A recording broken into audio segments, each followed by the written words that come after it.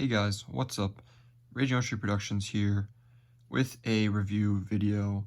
You definitely saw this set in my May the 4th stop motion special. It is the Lego Star Wars set number 75324 Dark Trooper Attack. It is 166 pieces and it is from the Mandalorian Season 2 at the end. And I'm not going to say spoiler alert because I'm sure you've all seen The Mandalorian or seen this scene if you were interested in it. And this set comes with one Luke Skywalker minifigure, 3 Dark Trooper minifigures, and this hallway scene. So without further ado, let's show the actual build and the minifigures up close themselves. So one thing I wanted to show real quick while I was building this, I don't know if it's I haven't seen it in other Lego building instruction kits, but actually one neat thing I think is you see this little progress bar. It's like a progress bar thing on the bottom here. It goes all the way over here. But what actually I've noticed is that basically the farther you get, the farther the progress bar goes. So say like you hear this page, you flip it, and then it tells you how much farther you are until you get all the way to the end, which I think is it's a neat little thing about these instruction books, because you know I'd always keep flipping like, oh, how far am I until I'm finished, but I think it's a neat little thing. And yeah, that's all I just wanted to showcase while building this. Alright, so let's start by looking at the minifigures. As you can see, first one up here, we have probably the star minifigure of the set. The Luke Skywalker minifigure with his hood, robe and outfit from that scene in the end of The Mandalorian Season 2. Of course, he comes with a lightsaber, his green lightsaber. Although I don't know, it looks like they changed the blades of the green lightsabers, like almost like they made it more green and look less liquidy, I want to say. Kind of like how this one looks. Maybe this one was just you know, maybe a manufacturing defect or something, but I like the way that this lightsaber looks better than the other ones, because sometimes you'll get those bubbles in there from the mold, but this one, no matter which side you choose, does not have any of the bubbles, as you can see. And of course you got the nice little lightsaber hilt there. And now let's take that off and we'll look at the actual minifigure himself. So as you can see, he has, you know, his belt here, and of course he has back printing of his robes, which is very nice.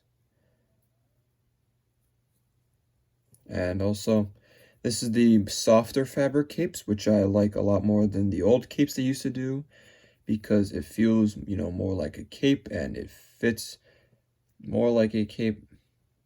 And of course you have the hoods. Now, unfortunately, this minifigure does not come with Luke's hair, so you could swap the hood and the hair. But I don't mind that because I have Luke's hair. I have his hair, so, you know, it's not that big of a deal.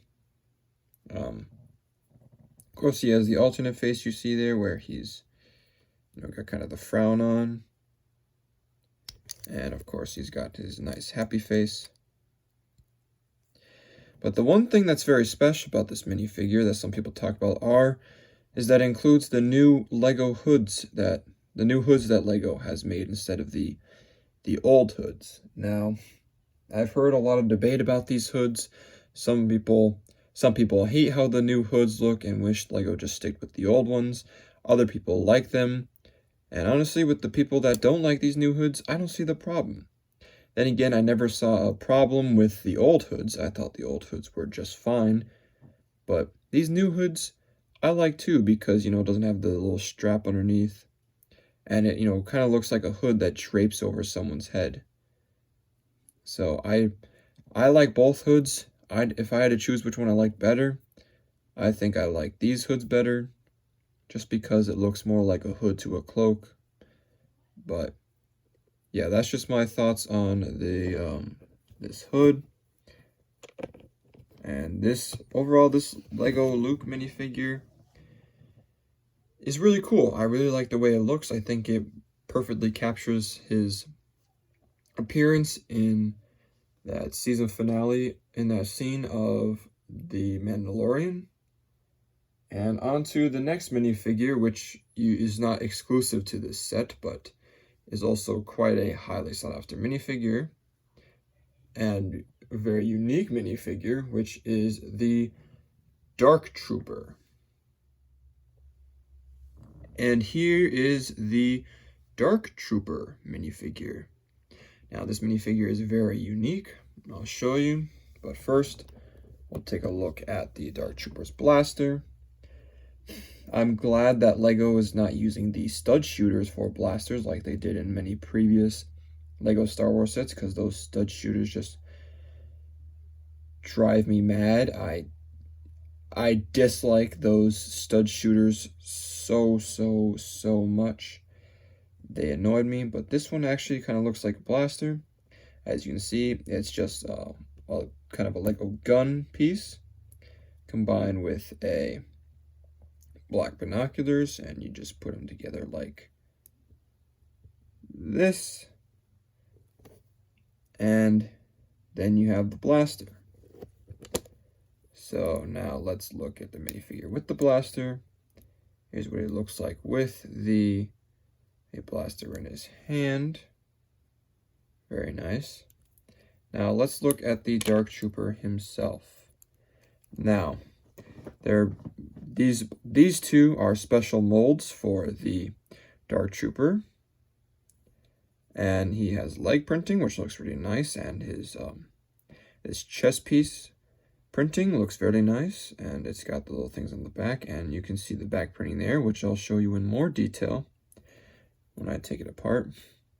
But probably the two most interesting things about this minifigure are the head underneath and this helmet. So basically, this helmet is a special mold, which I think looks really nice. It is a very nice looking mold, very accurate of the Dark Trooper. And it's overall really nice, and I'm glad that Lego took the effort to specially mold this Dark Trooper helmet. What's even more interesting is the face underneath it. So as you can see, it does not have the red eyes. The only way to get the red eyes underneath is you put it on the head, and it looks super menacing. But this head has a lot of detail. It doesn't just have like the red stripe around it. It actually has like a whole, thing underneath it with, like breathing tubes and stuff. So, this is also the type of head you want to use. Maybe if you want to make some other type of robot looking thing or something like that. But overall, this is nice. Now, I already talked about the chest piece. The chest piece is very nice looking, very good printing on it. But more interestingly, I should say, is the actual printing on the chest piece. So as you can see, you can rock it with or without the chest piece, because they both have that little printing there on the chest, and also has very nice looking back printing, which I like. But more importantly are these little white gaps, which are supposed to represent like the gap in between the Dark Troopers, because the Dark Troopers are have a little thin in the middle, which I think is neat that Lego tried to incorporate that in there. And you put it all together, put the figure all together, and what you get is a very nice looking, if I can just get it on here, give me a second, I don't know why I couldn't, there, and what you have is a very nice, very menacing looking Dark Trooper. And there you have it. This set comes with 3 of these, of course. So I'll only showcase one because they all look the same. But yeah, that is the Dark Trooper minifigure. And now we will go and we will look at the actual hallway set itself and all the features it has to offer. And here is the actual set itself. I will show you some sorry if you hear the creaking from my chair. My chair is kind of a little squeaky when I move around on it, but this set looks, you know, very much like the hallway from the Mandalorian. There's a little bit looking down the hallway with the elevator.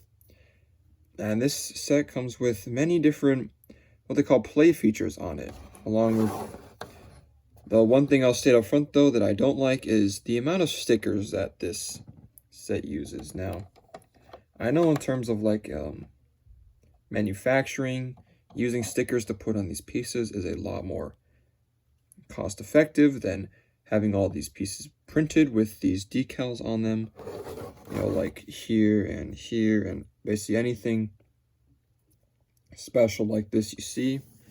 But the thing I don't like about stickers is that it's so easy to mess up putting the stickers on them that like I'll just spend like 10 minutes just trying to perfectly align that sticker so it looks accurate.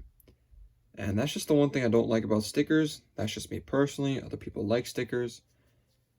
But that's just one thing me personally is that I really do not like the stickers, because they, you know, it's, if you misalign it, then it looks real funky and real weird.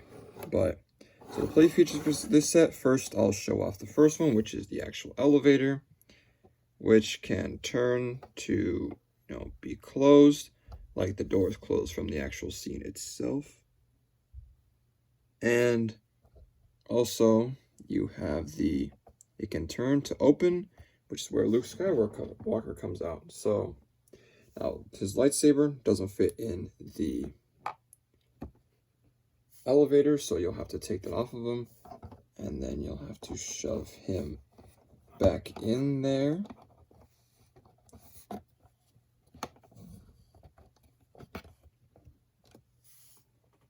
And then what you can do is, if say you're recreating the scene or whatever from it, like I did in my stop motion video,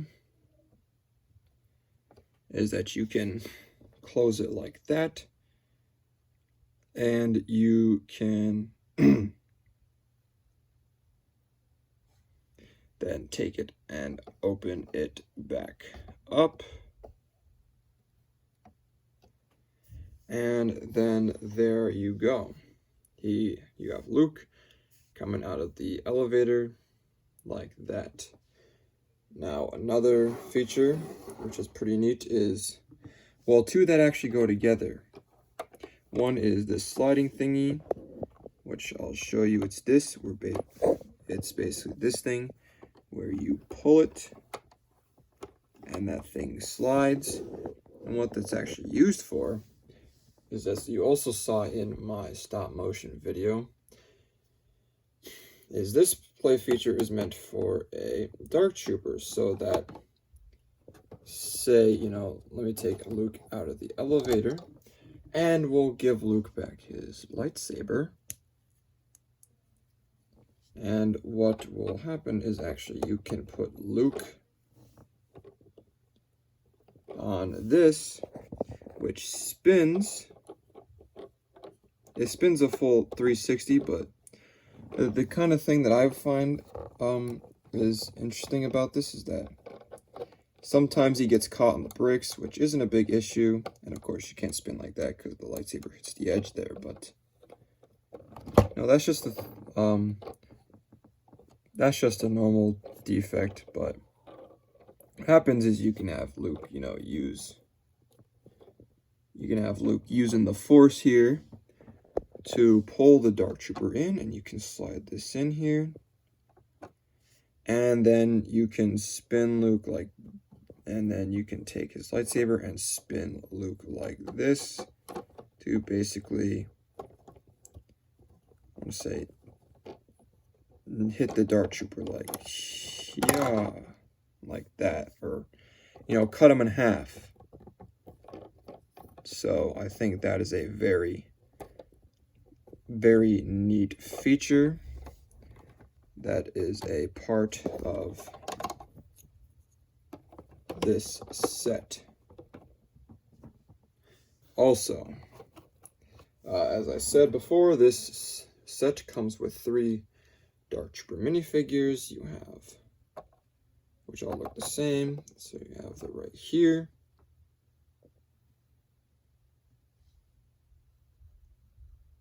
You have this Dark Trooper right here, since it comes with 3 minifigures. And then you also have this one right here. Oh, well, you can't really see him, but I put him behind Luke. But this one right here. So these are the Dark Troopers that come in the set, and the hooded Luke Skywalker figure.